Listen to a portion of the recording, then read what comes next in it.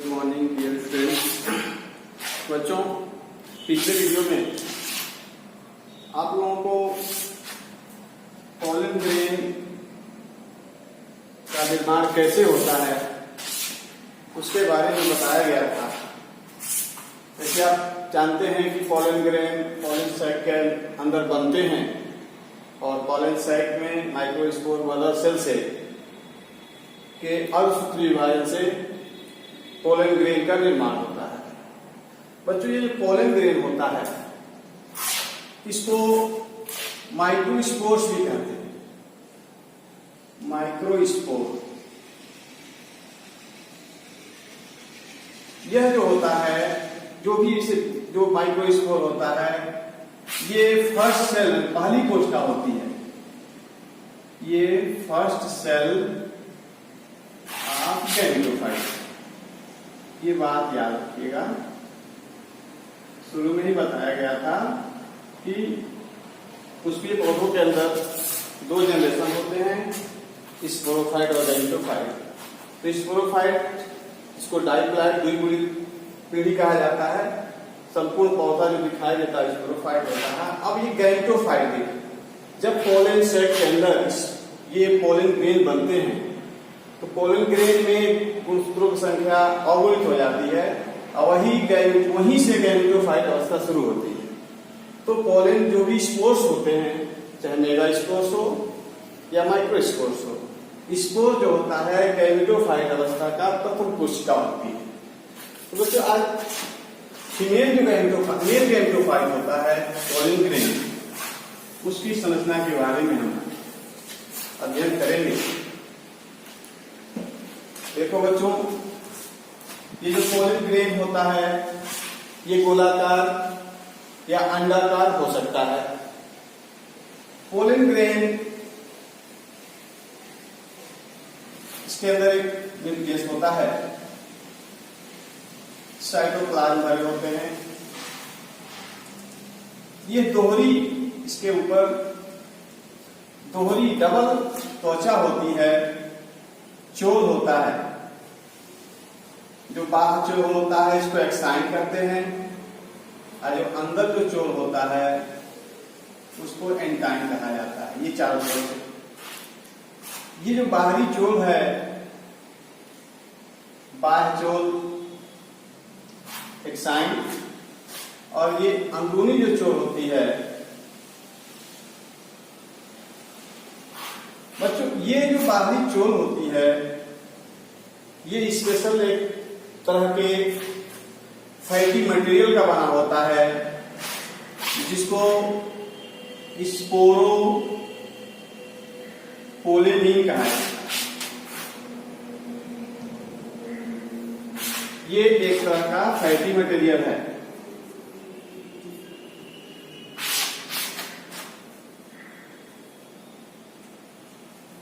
वशीय पदार्थ का बना होता है।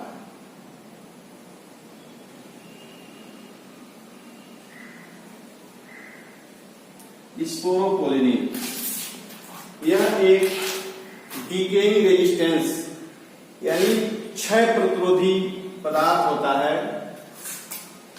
जो जिसके अंदर जो क्षय होता है, डिकेइंग होती है, बहुत कम होता है।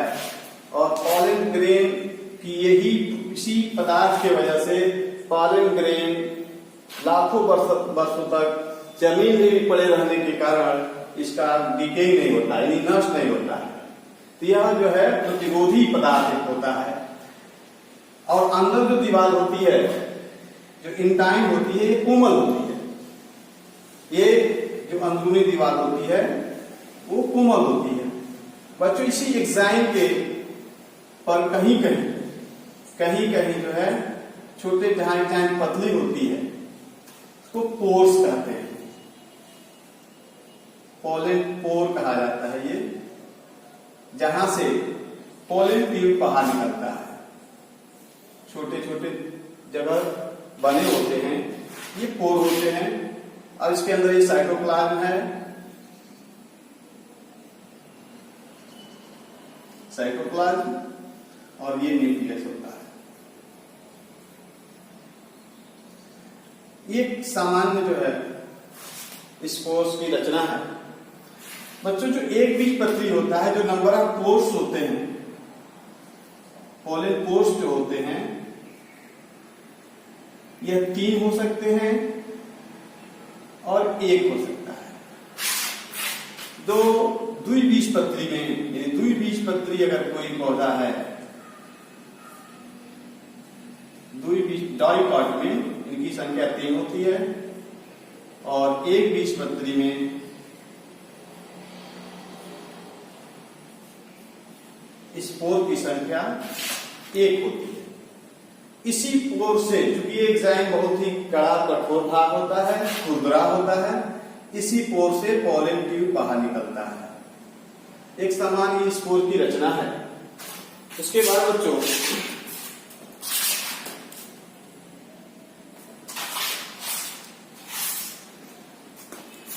जब इसमें ये पोलन ग्रेन स्पोर्स उस पोलन शैक के अंदर ही होता है, तभी इसके जो केंद्रक होता है, यानी जो इसका केंद्रक है,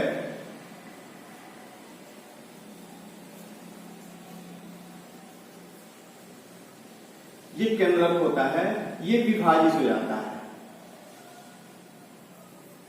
2 केंद्रक बन जाते हैं। इसमें साइटोप्लाज्म है, बाकी ये कोशिका होती है, ये हैप्लॉइड कोशिका है, ये बात याद रखो, अवगुणित होती है, यहीं से इसका केंद्रक अवगुणित होता है। तो एक केंद्र से ये माइटोसिस समसूत्री विभाजन के द्वारा इसके अंदर 2 केंद्रक बनते हैं। 2 जो केंद्रक बनते हैं, एक केंद्रक इसमें कुछ बड़ा होता है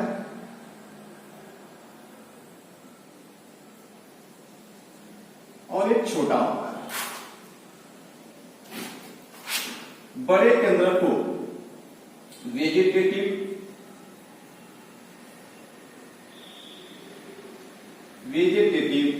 न्यूक्लियस कहा जाता है, और जो छोटा केंद्र होता है, ये वेजिटेटिव को पोलन ट्यूब न्यूक्लियस भी होता है, इसको हम पोलन ट्यूब न्यूक्लियस कहते हैं। जो छोटा केंद्रक होता है, यह एंजाइम के एक सिरे पे आकर के वहीं लगा रहता है, इसको जेनरेटिव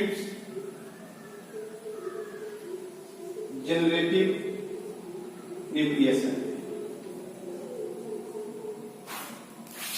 बच्चों ये जो जेनरेटिव न्यूक्लियस होता है, कुछ समय के बाद इसके चारों तरफ साइटोप्लाज्म इकट्ठा हो जाता है। ये साइटोप्लाज्म इसके चारों तरफ इकट्ठा हो जाता है, तब ये बन जाता है जेनरेटिव सेल।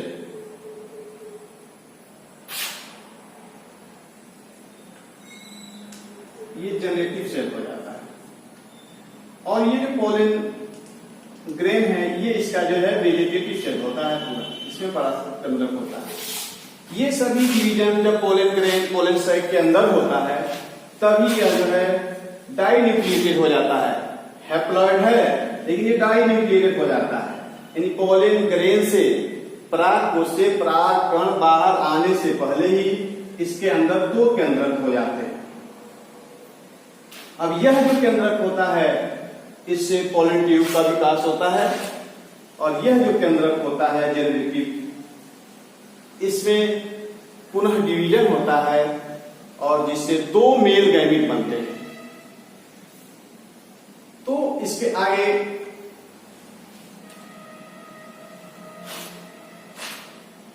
अब यहीं से इसका देख सकते, कुछ पौधों में ये पोलन ग्रेन, अधिकतर पौधों के अंदर पोलन ग्रेन जब पोलन सैक से बाहर आता है तो डाइन्यूक्लिएटेड होता है, द्विकेंद्रकीय होता है।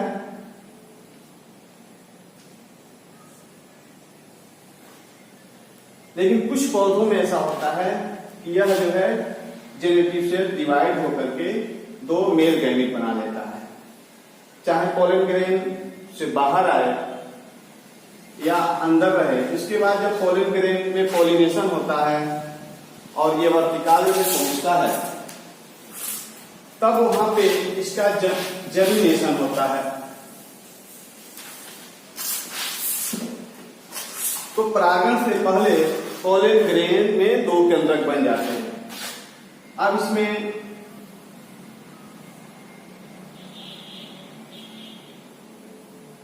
जर्म पोर से, जो जर्म पोर होता है, ये पोर है जिसको हम जर्म पोर भी कहते हैं, जहां से पॉलन ट्यूब बाहर निकलता है। ये एक जाइम होता है। अब ये पॉलन ट्यूब है, इसके अंदर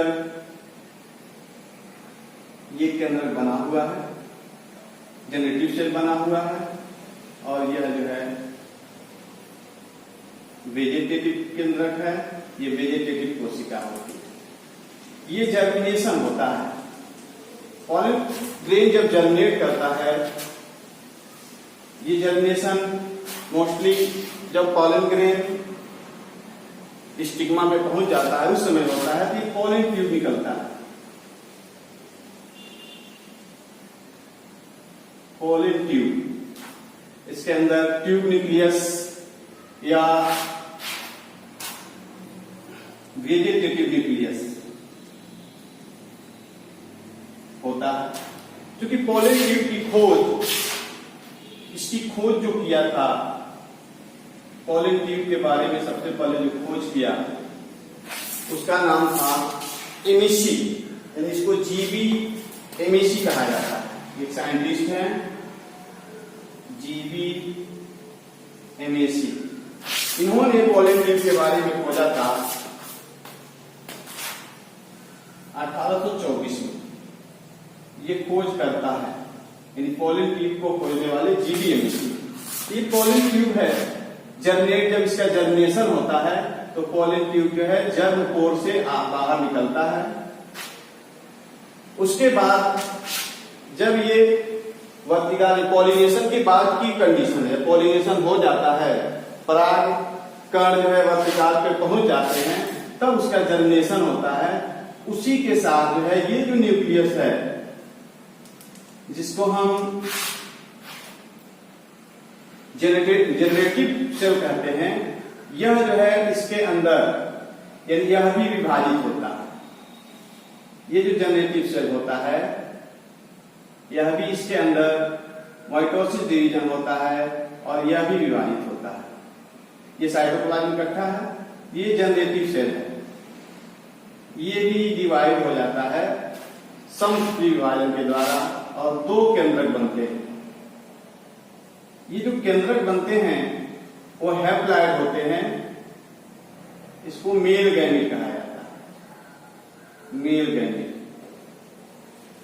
यानी जो जेनरेटिव न्यूक्लियस होता है उसमें समष्टि विभाजन होता है, जिससे 2 मेल गैमेट बनते हैं। 2 मेल गैमेट बनते हैं, मेल न्यूक्लियस होते हैं, उसी को मेल गैमेट कहा जाता है। तो ये 2 न्यूक्लियस अलग अलग बन जाते हैं, तो ये मेल गैमेट्स होते हैं। क्योंकि इसके अंदर गुणसूत्रों की संख्या m होती है, इसी को कहा जाता है गैमेटोफाइट का विकास। गैमेटोफाइट शुरू हो गई थी पॉलन ग्रेन से ही, लेकिन इसके अंदर जो गैमेट बनते हैं और ये जर्मिनेट करता है, यही गैमेट वर्तिकाल से होता हुआ, वर्टिकल स्टाइल से होता हुआ बीजांड में पहुंचते हैं, जहां बीजांड के अंदर फीमेल गैमेट होता है, उससे इसका फर्टिलाइजेशन होता है, जो आगे आप पढ़ेंगे। इस तरह यह जो है पॉलन ग्रेन इस अवस्था में पहुंचता है। अब ये जब जर्मिनेट करता है, पॉलन ग्रेन के अंदर जर्मिनेशन होता है, ये पॉलन ट्यूब बड़ी हो जाती है।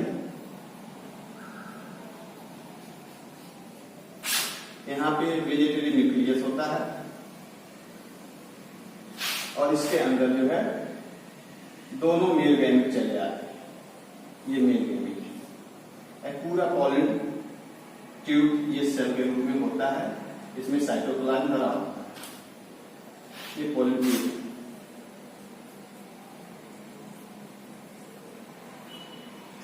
यानी यह पॉलिनेशन के बाद की घटना होती है।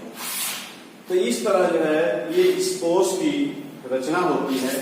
जो स्पोर जो पॉलन सेक से बाहर आता है उसके अंदर 2 केंद्रक होता है, दोनों केंद्रक हैप्लॉइड होते हैं। फिर जो इसमें वेजिटेटिव केंद्रक होता है उससे पॉलन ट्यूब का निर्माण होता है, और जो जनरेटिव सेल होता है, जेनेटिक न्यूक्लियस होता है, उसमें फिर जो है समसूत्री विभाजन होता है और 2 न्यूक्लियस बनते हैं और उन दोनों को हम मेल गैमीट कहा जाता है।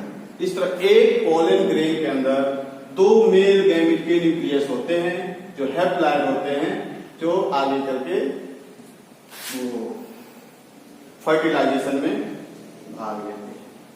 तो यह जो रचना है पॉलन ग्रेन की संरचना होती है। बच्चों, ये एंथर के अंदर पॉलन सैक होते हैं। पॉलन सैक के बारे में आप पढ़े थे।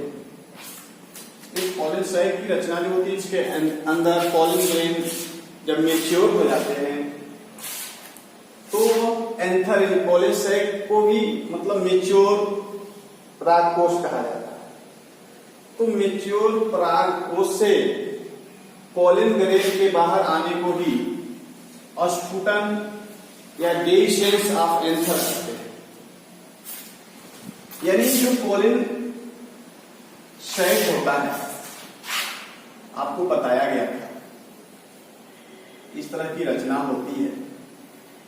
ये पॉलन सैक है, ये पॉलन सैक होता है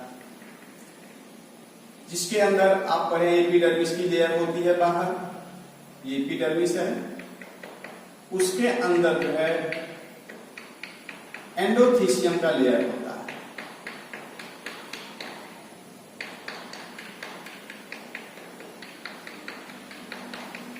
एंडोथीसियम, ये अगला रहेगा। तो मेच्योर होते समय एंडोथीसियम है, ये एंडोथीसियम एपिडर्मिस, ये एंडोथीसियम,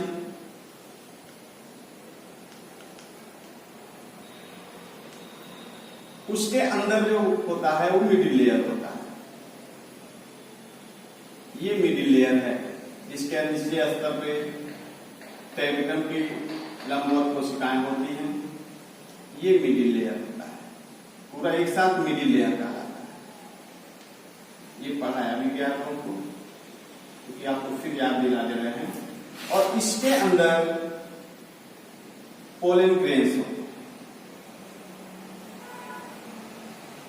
ये पोलन ग्रेन्स जब बनते हैं तो टेट्राड के फॉर्म में होते हैं, लेकिन जब इसको बाहर आना रहता है तो टेट्राड से अलग हो जाते हैं। किसी किसी में ज्वाइंट होते हैं, 2 या 3 या 1 टेट्रा एक साथ लगते हैं, जिसको कंपाउंड पोलन ग्रेन कहते हैं। और किसी किसी में पूरा पोलन ग्रेन एक साथ लगे रहते हैं, इसको जो है पोलिनियम कहा जाता है। तो आप पिछले टॉपिक को पढ़ चुके हो, बट यहाँ डेhiscence आपको बताना था। तो जब पोलन ग्रेन मेच्योर हो जाता है, एंथर मेच्योर हो जाता है, तो ये जो एंडोथीसियम की कोशिकाएं होती हैं, शुरू में बताए थे कि इसके अंदर ये फाइब्रस सेल होते हैं, यानी कि इसकी दीवार मजबूत होती है और फाइब्रस होती है। दूसरी इसकी विशेषता जो होती है हाइड्रोस्कोपिक होती है, आर्द्रता ग्राही होती है। तो अब जब पोलन ग्रेन मेच्योर हो जाता है, ये जो मिडिल लेयर होता है ये सब जो है खत्म हो जाता है। यानी ये मिडिल लेयर में टेपिटम का भी लेयर होता है, ये पूरा पार्ट खत्म हो जाता है। और जब मेच्योर होने पर, तो इसके अंदर जब मेच्योर होते हैं सिर्फ पोलन ग्रेन ही इसमें भरे होते हैं।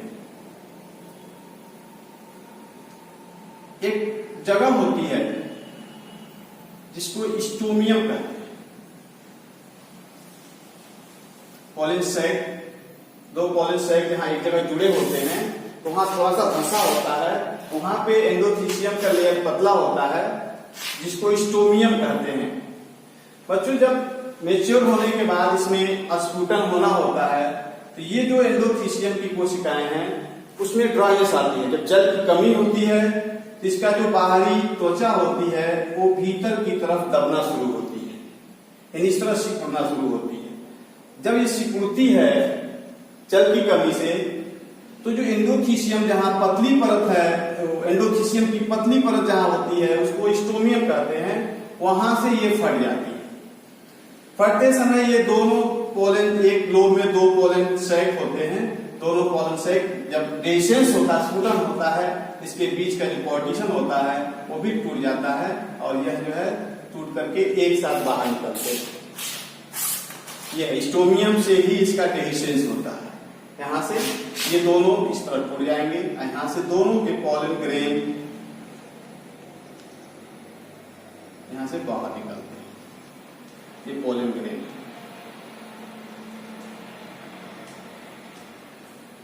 इसी को स्फुटन कहा जाता है। इस स्फुटन में स्टोमियम प्लेस होता है और एंडोथीसियम की कोशिकाओं का बहुत ही बड़ा रोल होता है, जिससे इसमें से स्फुटन होता है। अब बच्चों, पौधों के अंदर एंथर के आकार भी अलग अलग हो सकते हैं।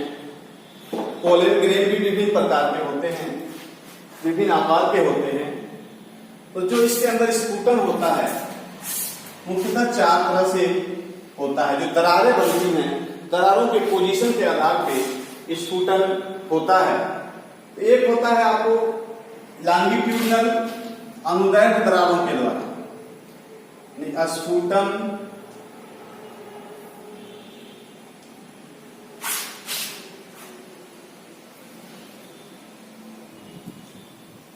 परागकोश में दरारों निःश्लेष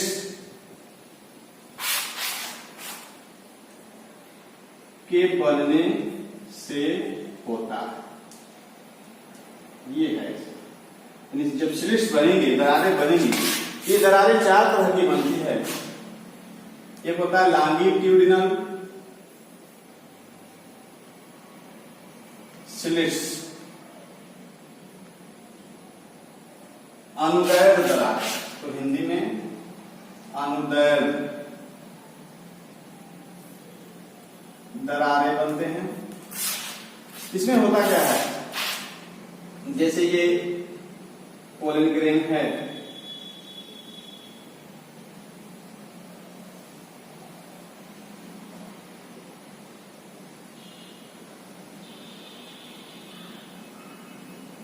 ये पॉलन ग्रेन है। इसमें क्या होता है, बीच में लॉन्गिट्यूडिनल यहाँ पे श्लेष बनेंगे, यहाँ पे लॉन्गिट्यूडिनल दोनों ज्वाइंट पे श्लेष बनते हैं। इसी को जो है अंदर दरारें कहते हैं, यानी ये लॉन्गिट्यूडिनल श्लेष के द्वारा इसका डेसेंस होता है। यानी उसी के दरारें बनेंगी और यहाँ से जो है ये पॉलन ग्रेन, पॉलन सैक हो जाएगा। ये लॉन्गिट्यूडिनल श्लेष है।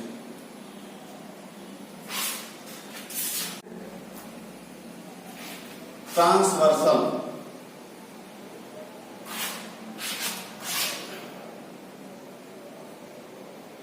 ट्रांसवर्सल श्लेष यानी क्षैतिज दरारें।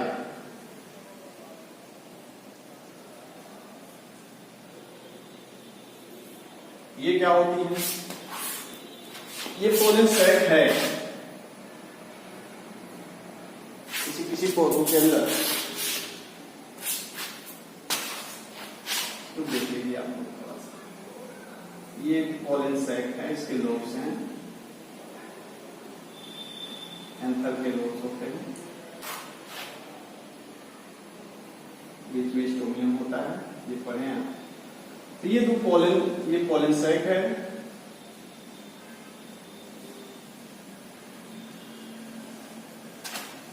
जब बीच में ये इस तरह क्षैतिज दरारें दो पॉलन सैक के बीच में बन जाती हैं, यानी इस तरह की दरारें जब बनती हैं तो पॉलन ग्रेन दरारें होती हैं। ये बीच की जो दरार इस तरह जब स्फुटन होता है, इसी को जो है ट्रांसवर्सल श्लेष कहा जाता है। कुछ पौधों में स्फुटन ऐसे ही होता है, यहाँ से पॉलन ग्रेन बाहर निकलता है। इस तरह की दरारों को क्षैतिज दरारें कहते हैं। एक कंडीशन और होता है टर्मिनल फोर्स के द्वारा। टर्मिनल फोर्स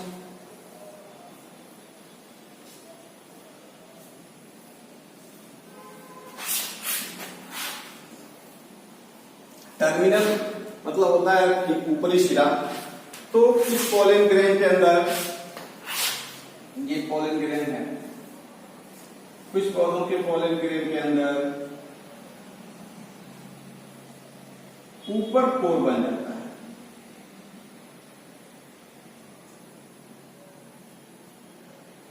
ये टर्मिनल पोर्स जहां से पोलन ग्रेन बाहर निकलते हैं, इसी को टर्मिनल पोर कहते हैं।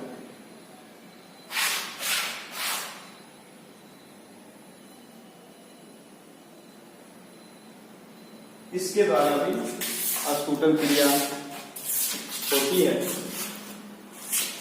और एक होता है वाल्व के द्वारा, वाल्व्स, इसको हम कपॉटीय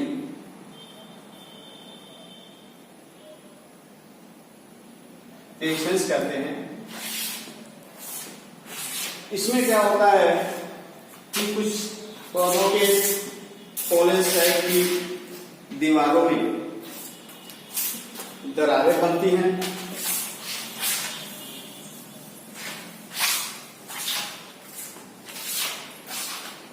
ये पोलन एंथर है, इसके अंदर एंथर लोब,